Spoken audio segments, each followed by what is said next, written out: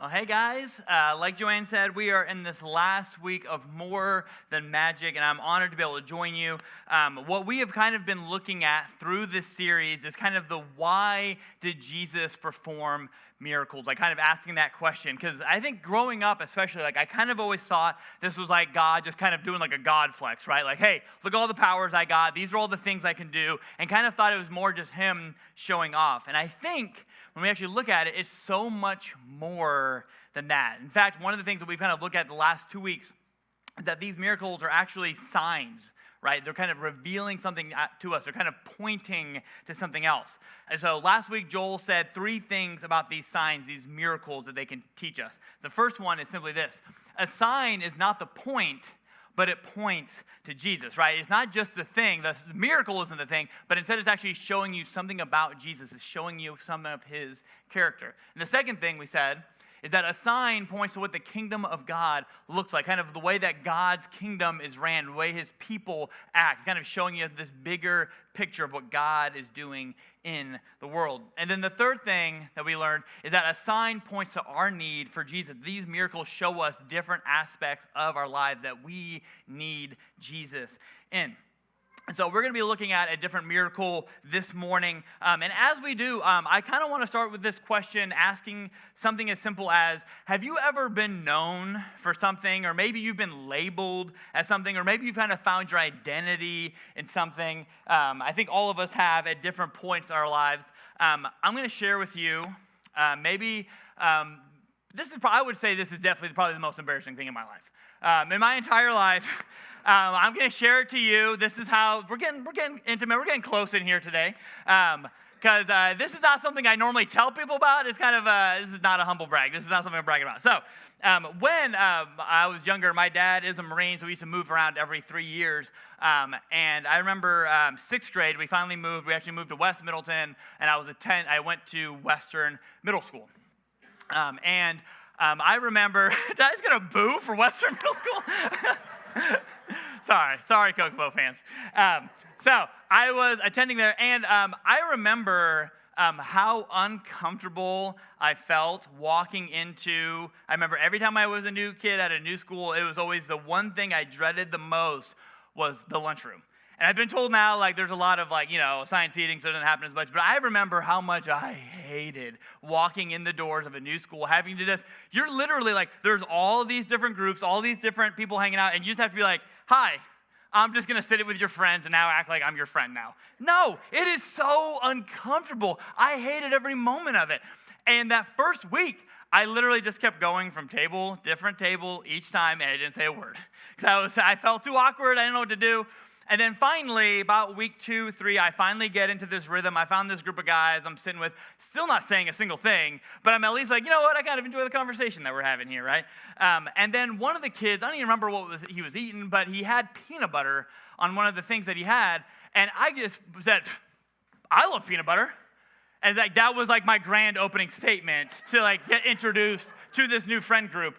And all of them kind of whipped over hey, the guy, he finally talked. New kid finally talked. And instantly, before the end of that lunch, they were calling me Peanut Butter Boy.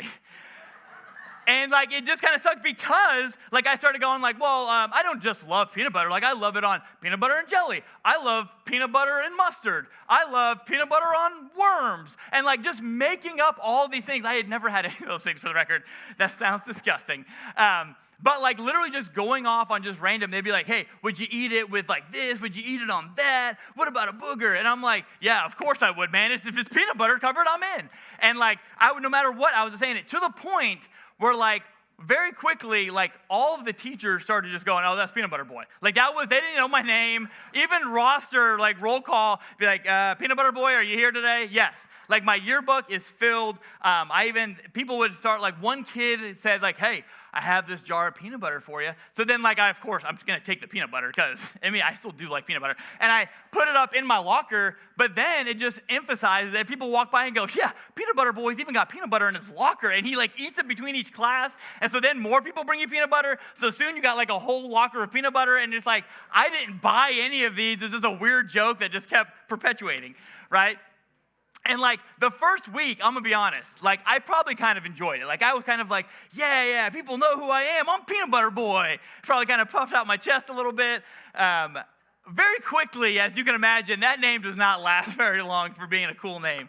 And unfortunately, because I had that label for so long, it literally went into like 8th grade. People were still calling me Peanut Butter Boy. And then finally in high school, I finally felt like I started to shake it. And people would bring it up, remember you're Peanut Butter Boy? And I was like, yeah, not funny, man.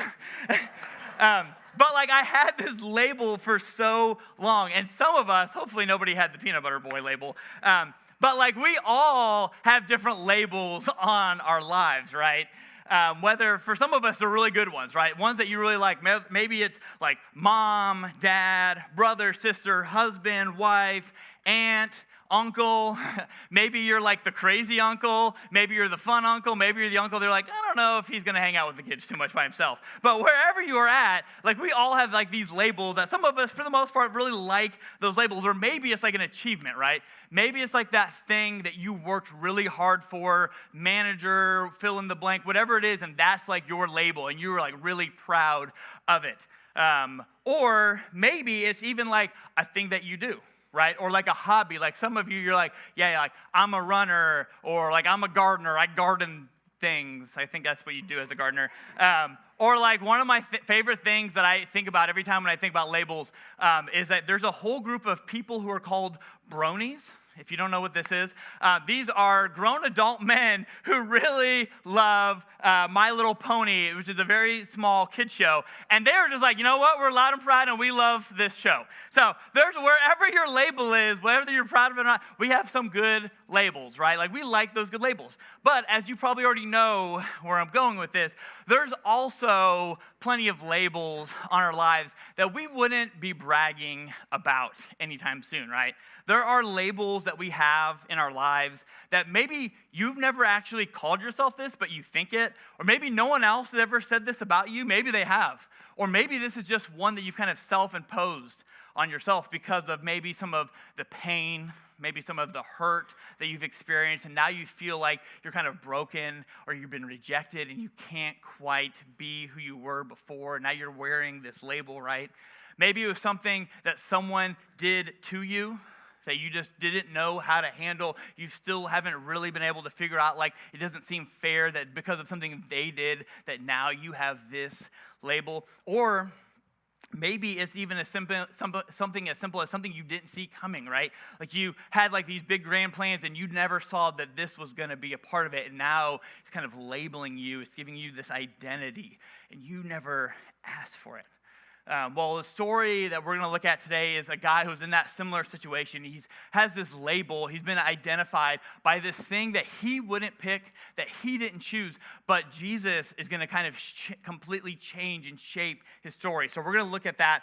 We're actually going to be looking at the book of John. This is basically a book that kind of just shows us a picture of the life of Jesus, different things that happened in his life. And we're going to jump right in to John chapter 5. This is what it says. It says, after this, there was a Jewish festival, and Jesus went up to Jerusalem. So, just a couple small things on this. It says he went up to Jerusalem. No matter if they were east, west, north, south, wherever you were, you always went up to Jerusalem because it was actually a city on a hill. So it was kind of like this big deal where like you were always going to be going up to Jerusalem.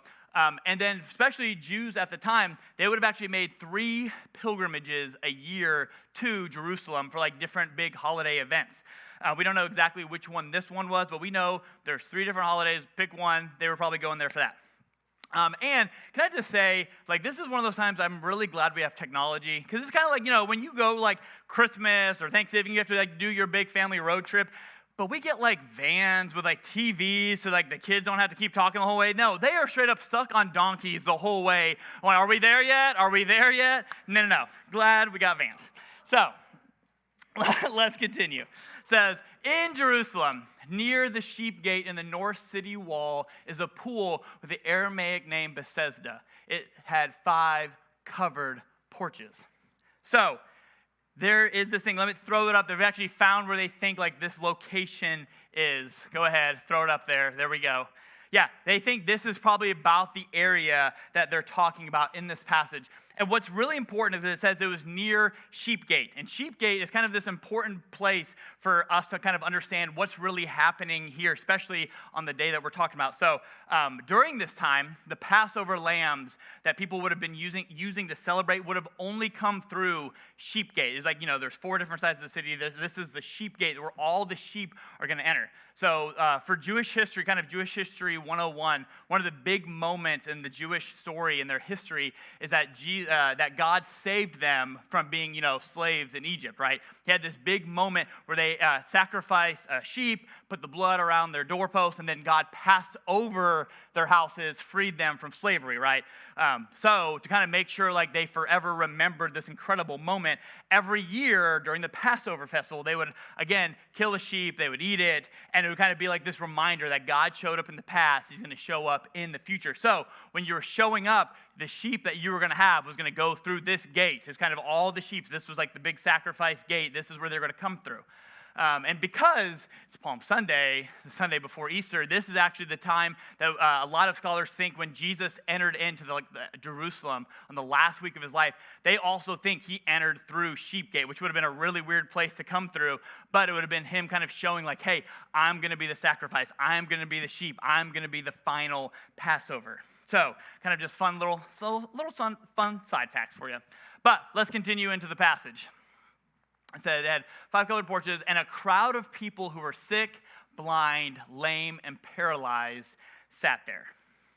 So why are all these people gathered up around this pool? That's kind of weird, right? Well, during this time, there was this big superstition that was going around that this pool would heal you. Would kind of heal you from your sickness, disease, whatever it was. If you got in this pool kind of right after it bubbled, there was this belief that there maybe an angels came down or some sort of angelic thing was happening, where like when the pool kind of bubbled, you knew first one in, guess what? You are going to be healed of whatever you had. And you can imagine that if you have something like as kind of life-changing as being blind or lame, paralyzed, sick, like you might be like Michael Scott, right? You might be like, I'm not superstitious, but I am a little stitious. I'm going to give it a try, right? Like you're just going to try it just in case. It's probably not going to work, but you know what? Let's try. And so during this time, like scholars think actually what it probably was is maybe there was a spring underneath the pool that was kind of bubbling the water, or other people think maybe it was kind of like the water system that was running through the city that sometimes depending on where things were moving, water kind of just bubbled up. But whatever the reason, this is why they're all gathered here. They have this superstition that maybe that something is going to be healed if they put themselves, if they're the first one in the water when it moves. And what is really important about this is because during this time, you kind of just learned the family trade, right? Like if your dad was a blacksmith, guess what you're going to be? You're going to be a blacksmith. If your dad was a carpenter, guess what? You get to now be the new carpenter. Unless you had one of these ailments. If you were sick, blind, lame, paralyzed, if you had one of these things, you kind of got excluded from getting the family thing. Instead, they thought the most kind thing that they could do to you is let you be a beggar and kind of make money that way, right? To kind of just keep asking people for money that people would see you, they would feel bad for you and go, oh, here, please, let me give you some of this. So that was kind of what a lot of these people, they didn't have any other way to make money. This was the one way that they were going to make money. So can you just with me for a moment, just imagine this scene. Close your eyes if you have to. Like there is this pool, there's all these people begging, and they're probably even doing like they're like kind of begging for money, but they're also kind of looking back the whole time, waiting to see that water move, to see if this is their moment. That this is what, and can you imagine like just how uncomfortable you would feel being by this area? Like I'm sure most people in this room feel the same way. Like sometimes when you're driving and you see someone on the side of the road asking for money, even if I'm not actually having to hear their voice, there's something about us that kind of feels like almost a little bit of shame or embarrassment, or we kind of feel awkward about it, and we're like, we're not gonna look that way.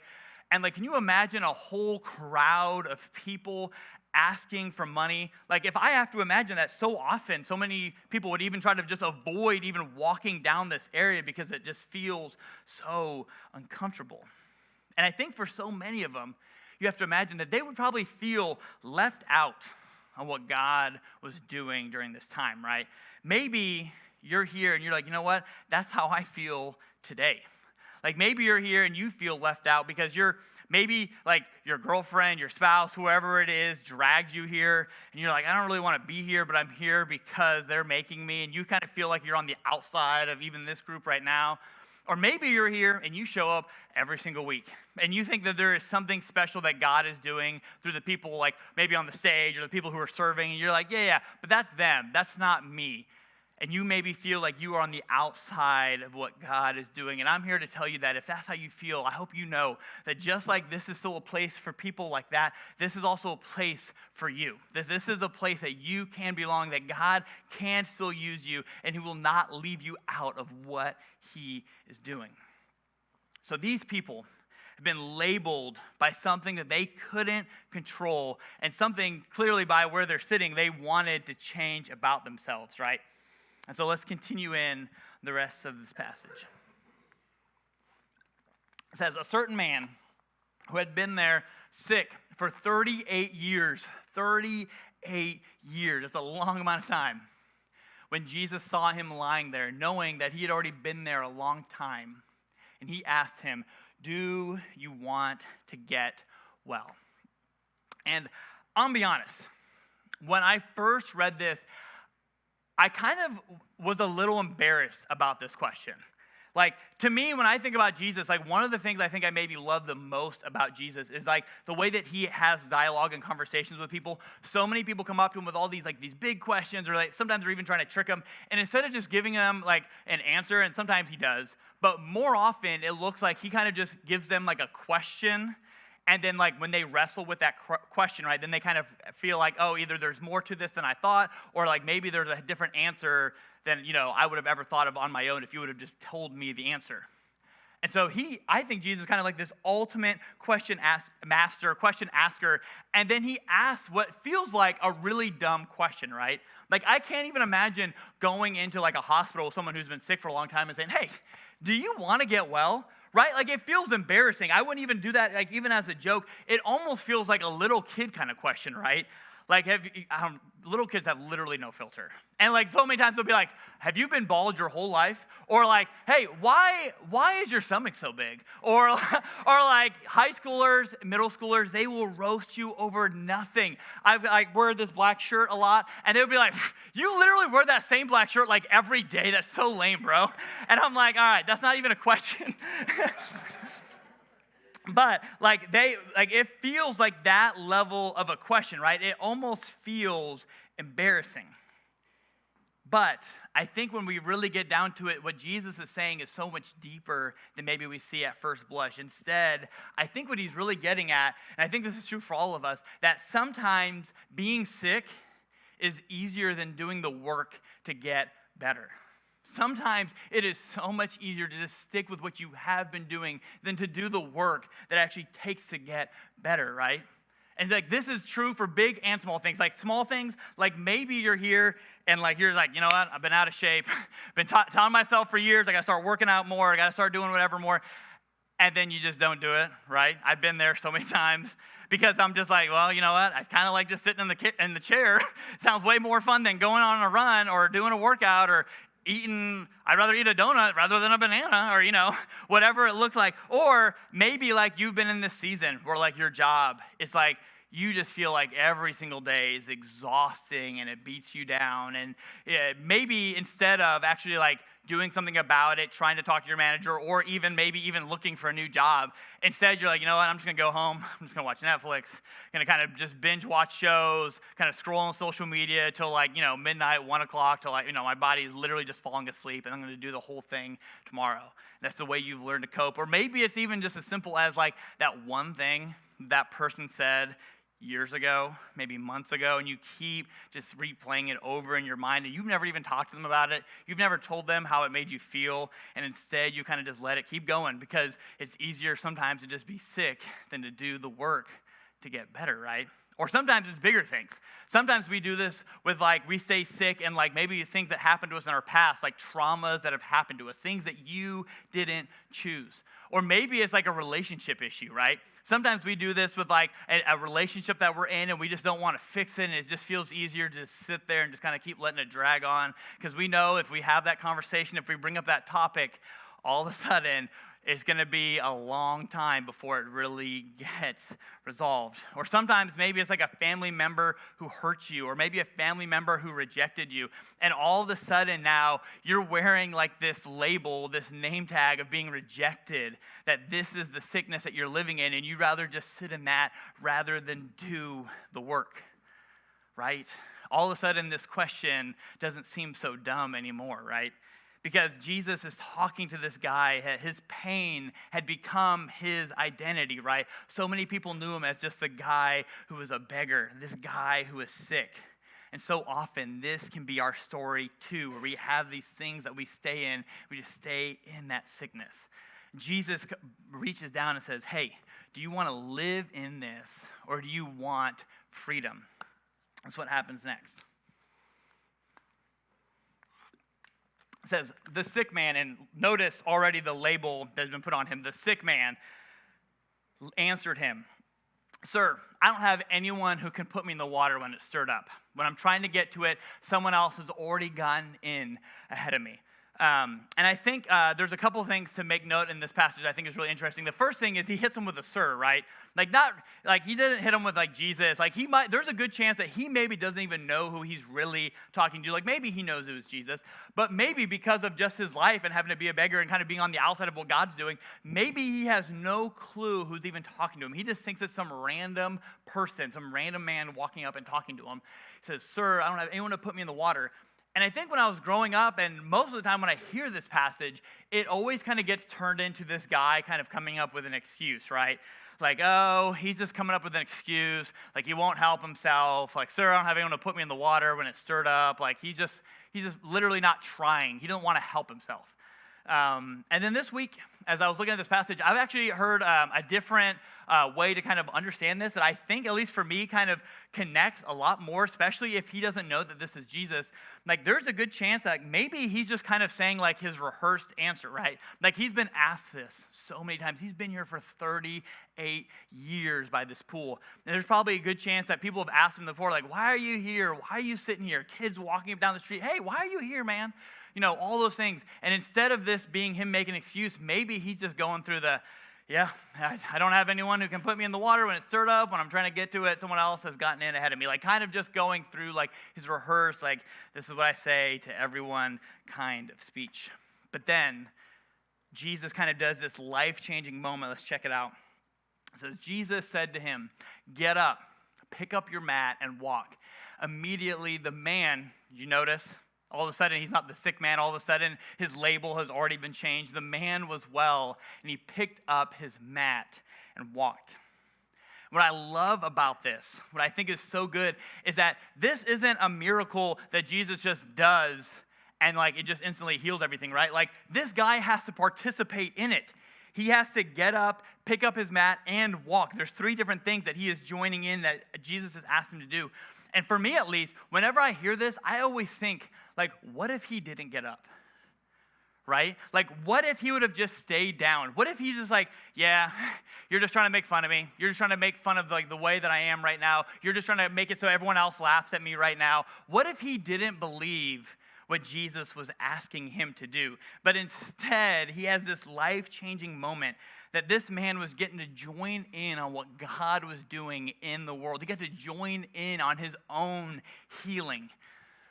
And I think if we're honest, most of the time miracles are more like this than the way that we think of it. I think a lot of times we traditionally think of like a miracle or like something that God's doing as like God's going to show up, do some amazing thing, and then we're going to be like, yes, God, you're amazing, praise God, and for sure, like that happens sometimes, right? But I think more often than not, at least in my life, and I get if we would probably have time to share, like a lot of you would feel the same way. Like most of the time, the miracles I see God doing are actually me joining in, participating in what he is doing in the world. Like when I see life change in myself and other people, I normally see like other people joining in on what God is doing. One of the ways that I feel like this is probably the most obvious way for this to show up is like when someone is dealing with like loneliness or pain or loss, or maybe they're grieving something. Like it feels really shallow to me to just go, I'm praying for you, and like kind of just move on, right? Like especially if it's someone like maybe if it's someone you don't know and you don't don't know that well, maybe that's the correct response. But like if it's someone that you care about, if it's someone that you love, like you don't just say that, right? Like you go and join in with them in that grieving, right? Like you go and like spend time with them to help them get over their loneliness. And sometimes it can be super mundane things, right? Like sometimes it's going to see a movie, sometimes it's playing a board game together. That doesn't feel like this big, huge spiritual thing, but in the moment, you are actually partnering with what God is doing in their lives to help them through that. You are joining in on the miracle that God is doing in their lives. And then this passage, I would be remiss if I didn't say this, because I think this is maybe the coolest part of the story, is that like this guy who's literally, he's on this mat, right? This thing that has identified him for this long. This old thing that was used to kind of give him his identity, to define him, he ends up getting to stand up in his new identity and literally picks up his old identity, right? He picks up his mat and walks. Like in my mind, like he's literally like, he's holding it over his head, like he's being like Rocky after he finished doing the big run up the stairs. Like he is so excited. Can you imagine this moment? This man literally got to pick up his old identity and gets to hold his new one high. Later, let's keep going in the passage. It says later, we have a little bit that happens in between, but then later Jesus finds him in the temple and said, "See, you have been made well. Don't sin anymore in case something worse happens to you." The man went and proclaimed to the Jewish leaders that Jesus was the man who made him well. Now, I think this is really important to look at because not only does Jesus show up, like this guy had been away, he comes back, or Jesus actually goes and finds him again, but Jesus says this thing that to me, there's kind of two different ways to read this. The first one is it sounds really sinister, right? Like during this time, there would have been a really strong belief that the reason that this man was sick, that the reason this man had this problem wasn't because of like, it was just happened to be like a medical thing that happened. Instead, it would have been more like, oh, hey, you have a sin in your life that you are not confessing, and because of that, that's why you're sick. Or like maybe there was like a sin that your parents had, and like because of their sin, now you are having to pay for it. So that was like a big prevalent thing. So many people, instead of even wanting to give him money, would have just been like, hey, just, ask for forgiveness, stop your life of sin, and then you'll finally be healed again. And so Jesus is maybe being super sinister here, right? Where he says, see, you have been made well. Don't sin anymore in case something worse happens to you. Which like is literally like Marvel evil villain level of like evil, right? Like that just feels like the grossest thing, like kind of slaps you on the back and then walks away. But I don't think that's what Jesus is doing here. I think instead what he's more likely doing is actually just making a joke, right? Like I think sometimes when we look at the life of Jesus, it's really easy to kind of just think of him as like, oh, he's just kind of like a dry guy. Like he didn't laugh a lot. He's kind of humorless. He just goes around and kind of just heals people and says really smart things. But I think what really Jesus is doing is just making a joke with him, kind of nudging him like, hey, don't sin anymore in case something worse happens to you, right? Like kind of like that wasn't really the thing the whole time, right? Kind of just nudging him with it. But regardless of what Jesus is doing here, the way that he's joking with this man, what Jesus does is this is now the second time that he meets this man where he's at. He literally, Jesus kind of embodied the incarnation, the thing that we celebrate every Christmas with God with us. Jesus is literally doing that in the most tangible, physical way possible, right? That Jesus is choosing to be near this man. And because of that, his life is completely changed. And so for me, as we're kind of going through this, because remember, we kind of talked about those three different things that a sign points to, a miracle points to. So the first thing that we got to talk about is, what does this point to us about Jesus? What does this tell us about how Jesus is? The first one is simply this: Jesus meets you where you are, right? Like Jesus met this man in his pain. Like he'd been doing this for 38 years. Sometimes I get tired of things after like a week, right? And this guy had been doing this in 38 years. You know how easy it would have been for him to just be like, yes, just over for me. This is just my lot in life. This is just what I'm forever going to do. Instead, Jesus meets him where he is, in his pain. And I'm here to tell you, like, that same thing is true for us. That no matter where you are, no matter what maybe your past looks like, maybe your life, like you had this big, amazing plan for it, and you even followed that big, amazing plan, and then you got to the end of it, and you're like, this isn't at all how I thought this was going to feel. This is so much worse than I thought it was going to be at the end. Or maybe you're on the other side. And maybe you're here and you're like, you know what? Nothing in my plan has ever worked out. Literally, my whole life just feels like it's random things happening to me. Or maybe you're here and like you'd say like, you know what? 2022, literally one of the best years of my life. So far, everything's going really good. You know, family's doing good, work's going good. You know, all these other things. Or maybe you're here and you're like, you know what, I kind of rather go back to 2020, which is a really rough place to be, right? To like say, no, I don't want this year anymore. I'd rather go back. Maybe your year has been that bad. Or maybe you're here and you're just kind of in the middle, right? And it just kind of feels like everything's kind of just like, okay, and it kind of doesn't feel like you're that excited about anything. You kind of just feel numb to so many things. Kind of just feels like, you know what? No matter what, Jesus is going to meet us where we're at. Jesus is going to meet you no matter where you are right now. Jesus is saying, I am with you. So the second thing is, what does this show us about God's kingdom? It's simply this: you have a place. Like, no matter who you are, you have a place. God's kingdom, what God is doing in the world, healing and fixing broken things, redeeming the world, He's saying, hey, you have a place in it. This man's life, I think all of us would say, like, we don't envy. I don't want to live, in that way for 38 years. But all of a sudden, he has this interaction with Jesus, and his life not only is completely changed personally, but on top of that, he goes around then telling other people about how good this life change is. And I'm here to tell you that no matter what your label is, whether it's one that you wanted on yourself or not, maybe it's something that you never even chose for yourself, whatever those labels are that are on your life, Jesus is saying, hey, you have a place in my kingdom. You can belong.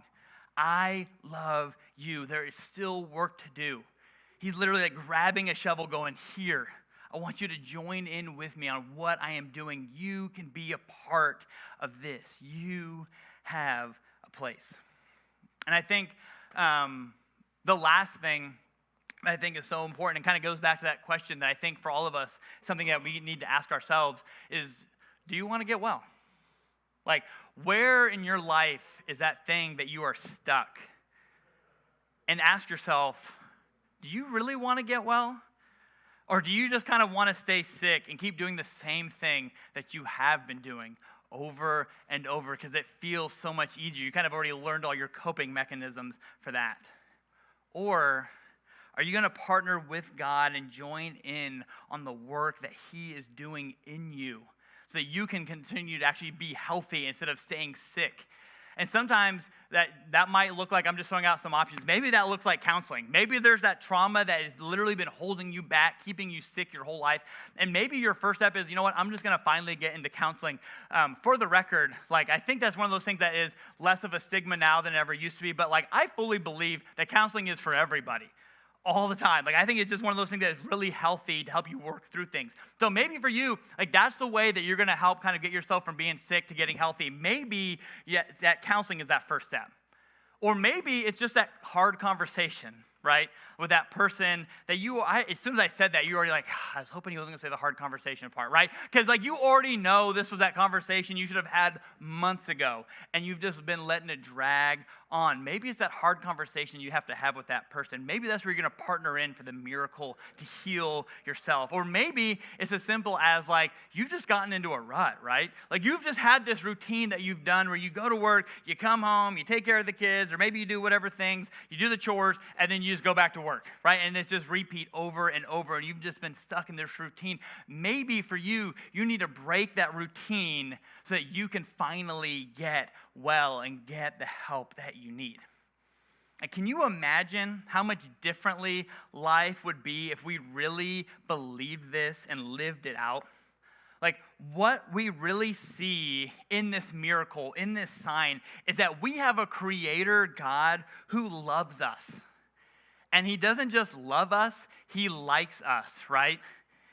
And He does it so much that He doesn't just leave us to our own devices, that He is a God that cares for us so much that He doesn't just watch from a distance. Instead, He is a God that comes down to be with us. He is a God that doesn't exclude us from what he's doing. Instead, he includes us in the amazing life change that he is doing all over the world, the life change that he's doing in us and in others. And that he is a God that is literally over the whole world. Like nothing on this planet even gets breath without this God. He's literally running the entire universe, right?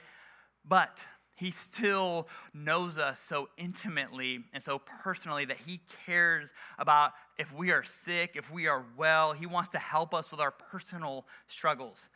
That God is telling us that our labels that maybe we put on ourselves or other people put on us don't matter to him. To him, the labels that we have is that we are loved, that we matter.